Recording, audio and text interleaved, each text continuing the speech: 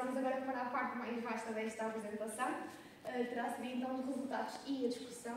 Tomei a liberdade de o juntar para ser um bocadinho mais interativo ao longo desta apresentação. E como é que isto foi estruturado? Efetivamente, ao longo de toda a revisão da literatura, compreendi que para implementar estratégias de data-driven marketing, de alguma forma existem campos centrais, ou seja, a gestão de dados, o foco no cliente, o planeamento estratégico e a análise de dados. Cada uma destes pilares, tem de componentes pilares, acaba por ter diferentes variáveis linkadas a cada um destes e passa então para a gestão de dados.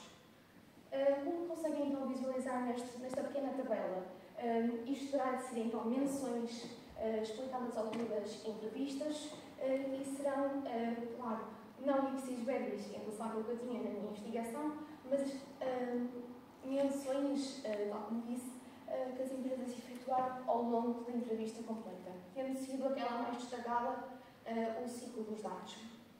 Ou seja, começando pelo primeiro momento que necessitamos para recolher os dados, é preciso ter consciência de consecução.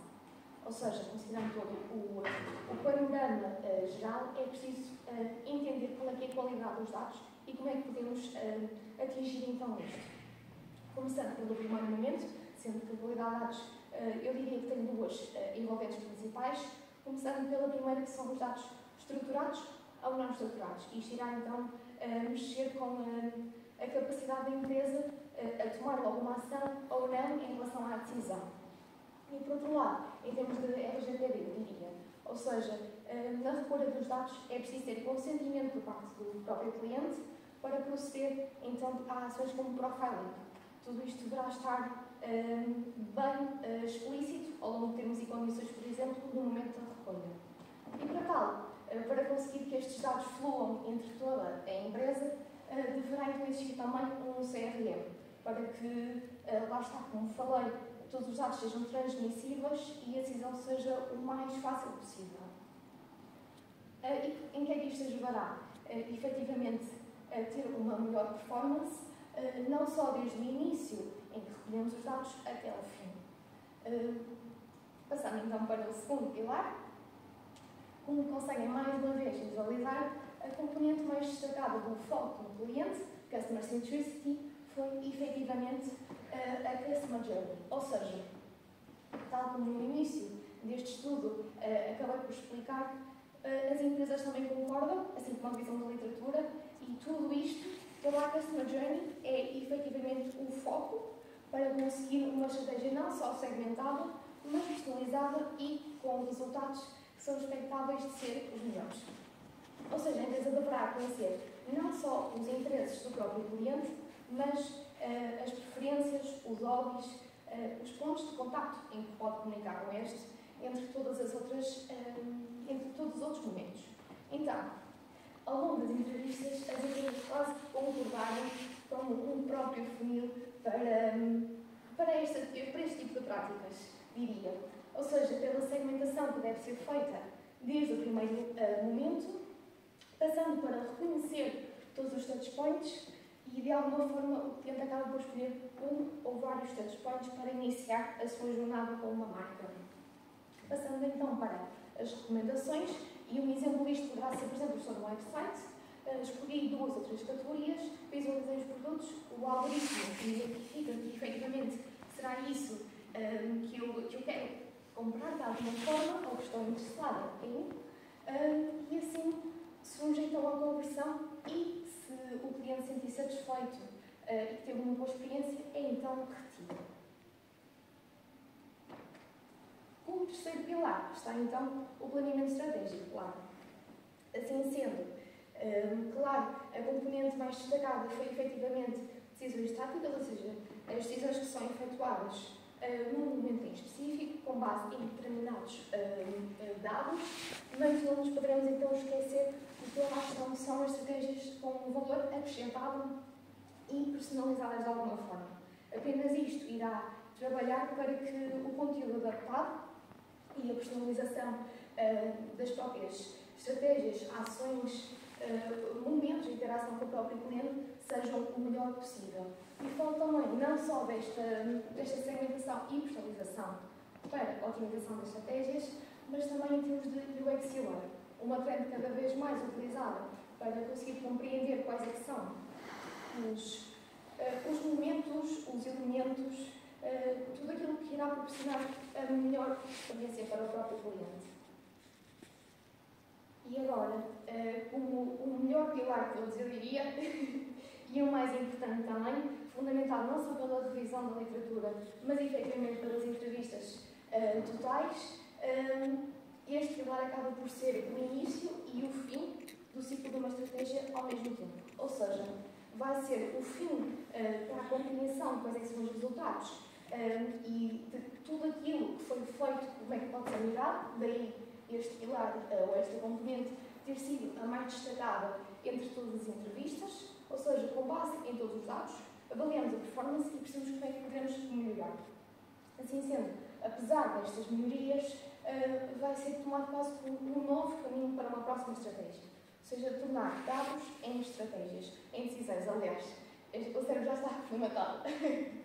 E também não posso deixar passar claro o momento de forecasting que deverá ser feito.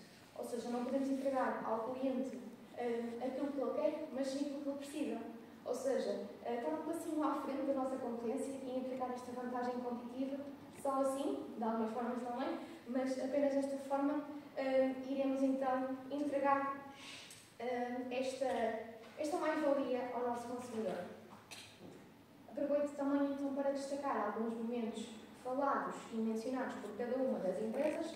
Muitas delas, claro, que estão duplicadas, não é, entre elas, mas as empresas destacam que os relatórios criados são efetivamente o que distingue uma estratégia da outra, ou seja, compreender o que é que estamos a observar no momento, quase real time, mas também cronometrar tudo isto e ter quase como guardado para compreender o que poderá ser melhorado.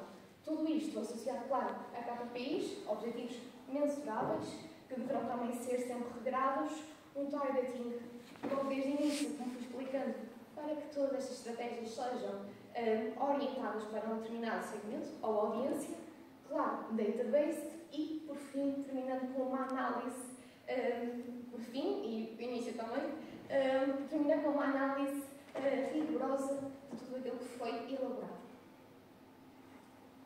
Então, agora já terminou a parte de explicar todos os resultados, a maior parte dos resultados, ou seja, a implementação do Data Driven Marketing.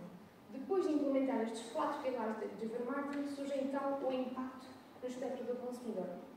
Este espectro está então subdividido em 3 variáveis, mais uma vez fundamental não só pela revisão, mas muito realçado ao longo das entrevistas. Como é possível observar esta experiência do consumidor? Claro, as variáveis são experiência, retenção e satisfação. A experiência foi o mais destacado como sendo o resultado que as empresas mais trabalham. E porquê? Se um cliente tiver uma boa experiência, então este estará satisfeito e, por conseguinte, terá então uma retenção associada à própria marca. Mas afinal, como é que trabalhamos esta experiência e qual é o impacto que as estratégias de Data Driven Marketing têm na experiência do consumidor? Claro, se uma marca trabalhar bem os dados, se conseguir compreender bem o segmento e, por sua vez, trabalhar a experiência que o consumidor deverá ter no website, claro, conhecendo da melhor forma possível, então será possível considerar que a experiência vai ser ótima, validando então esta proposição, associada à experiência do consumidor, claro. Em termos de retenção, tal como todos nós somos consumidores, compreendemos que, claro, com esta aplicação de técnicas de Data Driven Marketing ou práticas, se nós formos tratados da melhor forma possível ao longo de todos os touchpoints, se tivermos recomendações de produtos realmente que nos acrescentam algo, ou seja, se eu estou no website se quero ver vestidos e nos forem apresentados vestidos tal como eu gosto, então eu vou perceber que a marca compreende o que é que eu realmente estou à procura e ainda mais com a benesse de existe um tratamento pós-venda. Se tudo isto acontecer, então a retenção será quase como garantida. Validando então esta Customer Retention por parte da marca e em termos de adoção de práticas de Data Driven Marketing, claro. E por fim, em termos de satisfação, Claro que deverá ser então uma prioridade para a marca, como é óbvio, mas uma vez trabalhada a retenção, trabalhada a experiência também, existindo um ponto ótimo para cada um dos segmentos, então, mais uma vez, a satisfação será garantida e estará dentro do espectro do consumidor, validando também esta proposição associada à categoria. Apenas para vos dar também algumas luzinhas, usando esta palavra assim um bocadinho, porque é mais forte. Em termos de implementação de Data-Driven Marketing, a empresa que mais se destacou foi a Loba, o que seria expectável, dado o contexto de atuação, ou seja, a agência. Todas as decisões deverão ser feitas com uma base analítica para justificar as mesmas, daí esta avaliação. E em termos de impacto no espectro do consumidor, destacam-se duas empresas em específico, ou seja, a Pluricosmética e o Leroy Merlin. Assim sendo, estas empresas têm efetivamente uma orientação não só para trabalhar bem o cliente, mas para se focarem no bem-estar deste e como é que conseguem, não só, claro que é efetivamente muito importante para a empresa conseguir a retenção em termos monetários, mas conseguir também trabalhar o cliente de forma a que seja, que exista um lifetime value muito maior. Assim, acabando um bocadinho com as conclusões e com algumas recomendações, a conclusão destas diferentes entrevistas e desta investigação tornou-se então evidente que para conseguir uma retenção do cliente é necessário então responder totalmente às necessidades do consumidor e mais uma vez destaco não para o cliente o que ele quer, mas sim aquilo que ele precisa. Apenas assim iremos conseguir retê-lo e ser uma mais-valia para o próprio. Em termos de experiência, identificar claramente qual é que é a Customer Journey, identificar os touch points e trabalhar bem a estratégia associada e, por fim, em termos de satisfação, ao entregar e desenvolver não só algumas promoções, claro, mas promover estratégias personalizadas. Por fim, em termos de recomendações, de uma forma muito breve, porque acredito que esteja quase no fim do meu tempo, em termos de transformação de dados, apenas assim será possível, claro, melhorar as práticas, as operações e estratégias da própria empresa, em termos de conhecer o cliente. Já me estou a repetir nesta parte, mas é efetivamente bastante importante. E em termos de inovação, a empresa deverá estar aberta a novos processos, a conhecer este mundo que é data-driven e que só assim irá prosperar neste mercado. E dou assim terminar a minha apresentação. Muito obrigada pelo vosso tempo. Se tiverem alguma pergunta, é só dizer. Obrigada.